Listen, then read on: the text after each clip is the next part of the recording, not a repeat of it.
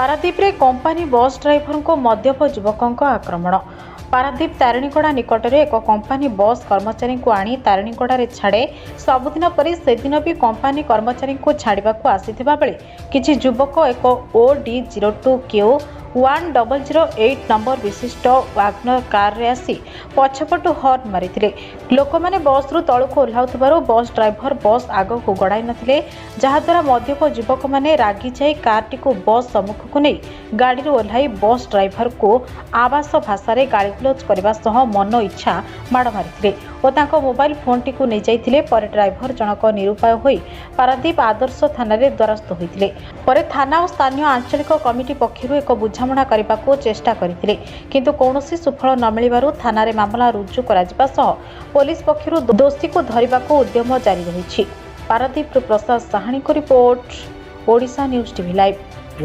आम पुतुरा काली 10:30 कतरू माड़ खाइलानी और जाइकिरी घर को फोन कले।